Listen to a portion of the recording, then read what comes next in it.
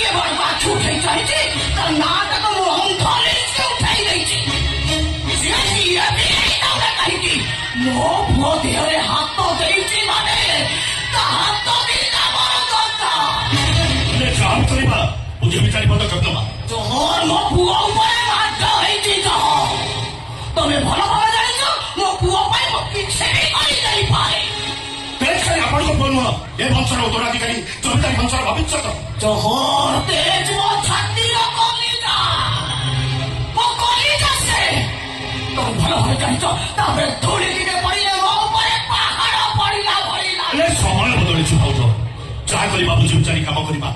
ପ୍ରତିଶୋଧ ନେବା ସାପ ମାରିବ ବାଡ଼ି ଭାଙ୍ଗିବନି ସେଇ ଭରସା ବିଶ୍ୱାସ ଅଛି ବୋଲି ଆଜି 30 ବର୍ଷ ହେଲା ବିନା ପ୍ରତିଦ୍ୱନ୍ଦ୍ୱିତାରେ ଏମଏଲଏ ହେଇ ଆସୁଛନ୍ତି। ସେଇ ଭରସା ବିଶ୍ୱାସ ଲୋକଙ୍କର ଆଗ ଉପରେ ବଳବତ ରହିବା ଦରକାର। ତା ବୋଲି ତେଜ ବାବୁ ମାନେ ଖାଇବାକୁ ସହ୍ୟ କରିଯିବା। ଆପଣ ଜାଣିନାହାନ୍ତି ଜହର ବାବୁ ମୋ ପାଖରେ ଯେତିକି ହିସାବ ଅଛି ସେ ତେଜ ବାବୁଙ୍କୁ ଖାଲି ହାତରେ ମାରି ନାହାନ୍ତି 107 ପଇସା ମାରିଛନ୍ତି।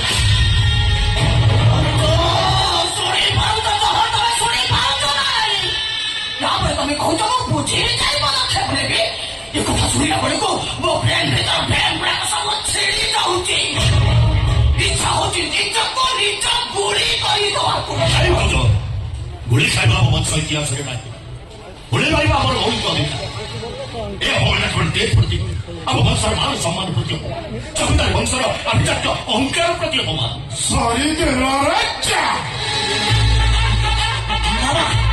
ଗତକାଲି ଅନୁମତି ଦିଅ ସେ ହରମ ଜାତର କଣ୍ଟିର ମୁଣ୍ଡ ବନା କରିବାକୁ ମତେ ଗୋଟାଏ ମିଳେଇ ଲାଗିବ।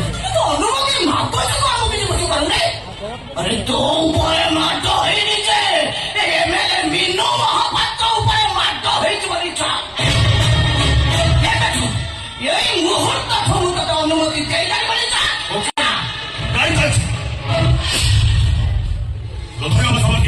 କୌଣସି ନିଷ୍ପତ୍ତିର ବିଦ୍ୟଜନକ ପରିଚୟ ନୁହଁ। ଅବଶ୍ୟ ଅବଶ୍ୟ ଠିକ କଥା ସେ ଦିନ ଆଉ ନାହିଁ। ଦିନ ଥିଲା ଆପଣ ଅପରାଧ କରୁଥିଲେ ଆପଣ ବିଚାର ଯୁଗ ଆମେ ଯାହା କରିବା ବୁଝି ବିଚାରି କାମ କରିବା। ପ୍ରତିଶୋଧ ନେବା ଶାସ୍ତି ମିଳିବ ପଶ୍ଚାତାପ କରିବ ହେଲେ ଆମେ ନିର୍ଦ୍ଦୋଷ ବୋଲି ପ୍ରମାଣିତ ହବା। ସେ ମୋତେ 100 ଲୋକ ସାମ୍ନାରେ ମାଡ଼ ମାରିଛି। ମୁଁ ତାକୁ 10 ଲୋକ ସାମ୍ନାରେ ତା ଗୋଡ଼ ହାତ ଭାଙ୍ଗିଦେବି। ଦରକାର ପଡ଼ିଲେ ଜୀବନ ଶେଷ କରିଦେବି। ବସ୍ ଖେଳ ବରାବର। ପାରୁଛୁ ଯଦି ସେଇଆ କରତେ। ଯିବା ପାଇଁ ଆମ ପାଖରେ ଲୋକମାନଙ୍କର ଅଭାବ ନାହାନ୍ତି। ଆବଶ୍ୟକ ହେଲେ ମାରିବ ମୋ ପୁଅ। ମୁକୁଟ ପିନ୍ଧିବ ଆଉ ଜଣେ। ତମେ ଭଲ ଭାବେ ଜାଣିଛ ଏ ଉଆସ ଭିତରେ ଯେତିକି ଖଣ୍ଡ ଇଟା ପଥର ଲାଗିଛି ତାଠାରୁ ବେଶୀ ଲୋକମାନଙ୍କର କଙ୍କାଳ ଖଞ୍ଜା ଯାଇଛି। ଏ ଉଆସ ଖଞ୍ଜାରେ ସେତିକିଟା କଙ୍କାଳ ବାହାରିବ ଯେତିକିଟା ହରପ୍ପା ମହେଞ୍ଜୋଦାର ଖୋଳା ହେଲା ବେଳେ ବାହାରି ନଥିବ। ତମେ ଭୟ କରୁଛ ଜହର? ଭୟ କରୁଛ ତମେ? ମାମା ମୁଁ ମୋ ଲୋକ ସେଟ୍ କରିସାରିଛି। ଠିକ କରିଛୁ।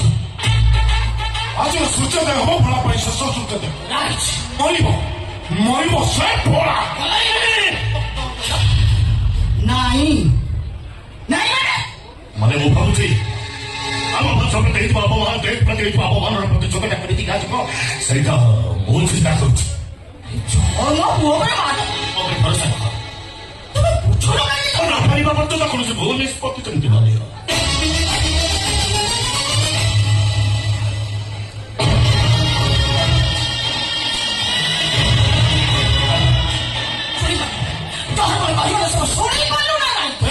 ସବୁ ଘଟଣା ଘଟି ଯାଉଛି।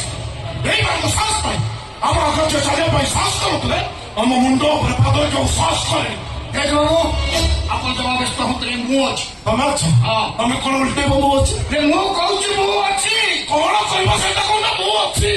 ତମେ କଣ କହିବ ସେଇ କଥା ତାପରେ କହିବ ମୁଁ ଅଛି। କଣ କହିବ କୁହ? ମୋ ନାଁଟା କଣ କହିଲେ? ଜଗନ ମଙ୍ଗିଆ। କଣ ହେଲା? ମୋ ବାପା ଜଗନ ମଙ୍ଗିଆ। ମୋ ଫ୍ରେଣ୍ଡ ଯେତେବେଳେ ରିପୋର୍ଟ କାମ କରେ ମୁଁ ସାଥି ପରମ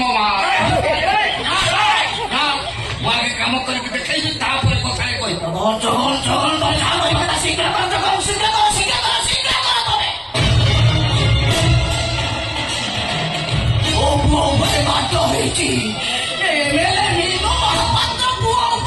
ମାଡ଼ ହେଇଛି ଏ କଥାଟା କେବଳ ଗୋଟାଏ ଗାଁର ଲୋକ ଜାଣିଛନ୍ତି। ଏ କଥା ଅନ୍ୟ କିଏ ଜାଣିବା ପୂର୍ବରୁ ତମେ ଶୀଘ୍ର ଏ ସମସ୍ୟାର ସମାଧାନ କର ଜଗନ। ମୋ ବିପି ବହିଗଲେ ମୁଁ କାହିଁକି କିଛି କହିପାରିବିନି। ମୁଁ ନିଜକୁ କଣ୍ଟ୍ରୋଲ ଭିତରେ ରଖିପାରୁନି। ତମେ ଶୀଘ୍ର ଏ ସମସ୍ୟାର ସମାଧାନ କର ଜବାବ ଶୀଘ୍ର କର। ବାବୁଆଣୀ